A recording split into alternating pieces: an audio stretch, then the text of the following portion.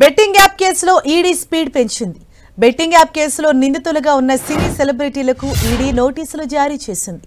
దగ్గుబాటి రానా, ప్రకాష్ రాజ్, విజయ్ దేవరకొండ, మంచు లక్ష్మీ ప్రసన్న విచారణకి హాజరవ్వాలని నోటీసులు పంపించారు ఈడీ అధికారులు. జూలై 23న దగ్గుబాటి రానా, జూలై 30న ప్రకాష్ రాజ్, ఆగస్టు 6న విజయ్ దేవరకొండ, ఆగస్టు 13న మంచు లక్ష్మీను విచారణకు హాజరవ్వాలని నోటీసులో పేర్కొన్నారు. విదేశీ బెట్టింగ్ యాప్లను వీరు ప్రమోట్ చేసినట్లు ఈడీ గుర్తించింది. బెట్టింగ్ యాప్స్ ప్రమోట్ చేసినందుకు ఆయా కంపెనీల నుంచి సినీ సెలబ్రిటీలకు నగదు ఎక్కడి నుంచి వచ్చిందనే విషయంపై విచారణ చేయనుంది ఈడీ.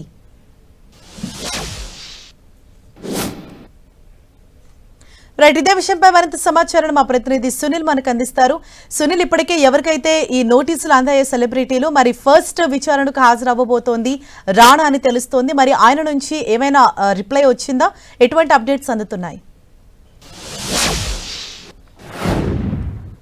ప్రస్తుతము దేశవ్యాప్తంగా తీవ్ర చర్చనీయాంశంగా మారినటువంటి బెట్టింగ్ యాప్స్ ప్రమోషన్స్ కేసులో ఇప్పుడు ఎన్ఫోర్స్మెంట్ డైరెక్టరేట్ అధికారులు ఇప్పటికే 29 మంది సినీ సెలబ్రిటీలపై ఈసీఆర్ కింద ఎన్ఫోర్స్మెంట్ కేసు ఇన్ఫర్మేషన్ రిపోర్ట్ కింద కేసు నమోదు చేయడం జరిగింది. ఇందులో భాగంగానే సినీ సెలబ్రిటీలతో పాటు కొంతమంది బుల్లితెర నటులు కూడా ఇందులో ఇన్వాల్వ్మెంట్ ఉంది. విదేశాలకు సంబంధించినటువంటి బెట్టింగ్స్ను కూడా వీరు ప్రమోషన్ చేశారు. ఆ బెట్టింగ్స్ వల్ల వచ్చినటువంటి డబ్బును ఎక్కడికి వీళ్ళు బదిలీ చేశారు, PMLA prevention of money laundering act ఉల్లంఘనకు పాల్పడి ఉంటారని ఈడీ అధికారులు భావిస్తున్నారు. తెలంగాణ రాష్ట్రంలో నమోదైనటువంటి 2 కమిషనరేట్ పరిధిలో, అటు తెలంగాణ రాష్ట్రంలో అటు హైదరాబాద్ కమిషనరేట్తో పరిధితో పాటు సైబరాబాద్ కమిషనరేట్ పరిధిలో నమోదైనటువంటి 2 కేసుల ఆధారంగా ఈడీ అధికారులు కేసు నమోదు చేసుకుంటుంది. బెట్టింగ్ యాప్స్ ప్రమోషన్ చేస్తున్నటువంటి పలువురు సినీ సెలబ్రిటీలపై ఇప్పటికే ఈడీ అధికారులు కేసు నమోదు చేసి వారికి విడతల వారీగా ఒక్కొక్కరికి ఒక్కో రోజు డేట్ ఇస్తూ నోటీసులు ఇవ్వడం జరిగింది. వారందరూ కూడా ఈడీ విచారణ ఖచ్చితంగా హాజరు కావాల్సిందే అంటూ కూడా ఈడీ అధికారులు ఆ నోటీసులో పేర్కొనడం జరిగింది. ప్రధానంగా ఇందులో పాన్ ఇండియా సూపర్ స్టార్గా ఉన్నటువంటి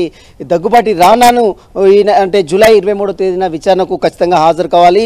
దీంతో పాటు ప్రకాష్ రాజ్ జూలై 30వ తేదీన, అదేవిధంగా ఆగస్టు 6వ తేదీన విజయ్ దేవరకొండ, అదేవిధంగా ఆగస్టు 13వ తేదీన మంచు లక్ష్మి విచారణకు హాజరు కావాలంటూ కూడా ఈడీ అధికారులు నోటీసు సర్వ్ చేసింది. వీరితో పాటు చాలామంది సెలబ్రిటీలు ఉన్నారు, చాలామంది యూట్యూబర్స్ ఉన్నారు. యూట్యూబ్లో చాలామంది ఫేమస్ అయినటువంటి వ్యక్తులు కూడా ఇందులో హర్ష సాయి కావచ్చు, చాలామంది యూట్యూబర్స్ ఎవరైతే సన్నీ బాయ్ కావచ్చు, చాలామంది సెలబ్రిటీలు ఉన్నారు. వారికి కూడా ఈడీ అధికారులు నోటీసు సర్వ్ చేశారు. వీరందరూ కూడా ఈడీ విచారణకు ఖచ్చితంగా హాజరు కావాల్సిందే. మరి ఈడీ విచారణకు హాజరవుతారా లేదా న్యాయస్థానాన్ని ఆశ్రయిస్తారా అనేది కూడా తీవ్ర చర్చనీయాంశంగా మారింది. సినీ రంగంలో ఇదొక హాట్ టాపిక్గా మారింది. ఎందుకంటే గతంలో మనం చూసాం, డ్రగ్స్ కేసులో ఈడీ అధికారులు చాలామంది సినీ సెలబ్రిటీలను విచారించి వారి యొక్క స్టేట్మెంట్ నమోదు చేసుకుంది. అదే తరహాలో ఇప్పుడు బెట్టింగ్ యాప్స్ ప్రమోషన్ చేస్తున్నటువంటి సినీ సెలబ్రిటీలకు ఈడీ అధికారులు నోటీసులు సర్వ్ చేయడం సినీ రంగంలో తీవ్ర హాట్ టాపిక్గా మారింది. వారికి సంబంధించిన వివరాలు మరి ఇప్పుడైతే నోటీసులు అందుకున్నటువంటి దగ్గుబాటి రానా కావచ్చు, ప్రకాష్ రాజ్ కావచ్చు, విజయ్ దేవరకొండ కావచ్చు, మంచు లక్ష్మి కావచ్చు, ఎవరు కూడా స్పందించలేదు.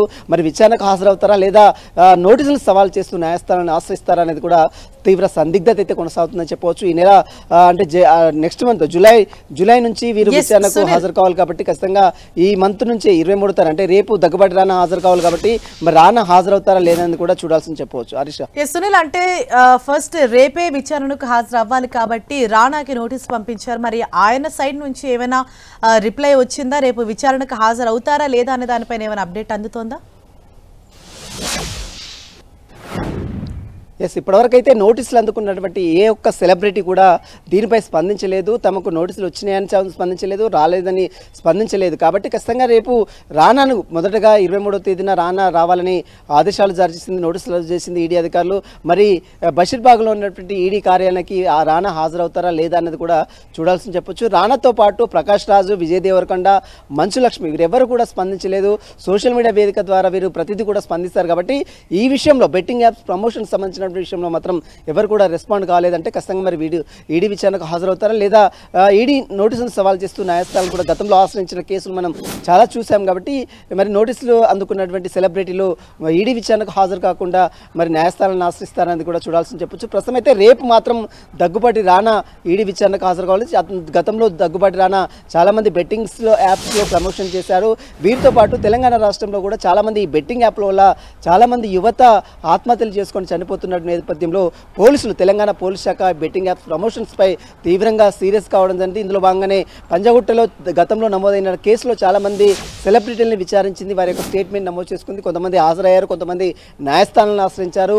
మరోవైపు సైబరాబాద్ కమిషనరేట్ పరిధిలో నమోదైన కేసులో కూడా చాలా మంది హాజరయ్యారు. కొంతమంది హాజరు కాకుండా న్యాయవాది ద్వారా రిప్లై ఇచ్చారు. కానీ రేపు దగ్గుబాటి రానా హాజరవుతారా లేదా తన న్యాయవాది ద్వారా రిప్లై పంపిస్తారా అనేది కూడా చూడాల్సింది చెప్పవచ్చు. ఎందుకంటే ఇక్కడ చాలా మంది బెట్టింగ్ యాప్స్లో విదేశాలకు సంబంధించినటువంటి కంపెనీలపై కూడా చాలా మంది బెట్టింగ్స్లో ప్రమోషన్ చేశారు.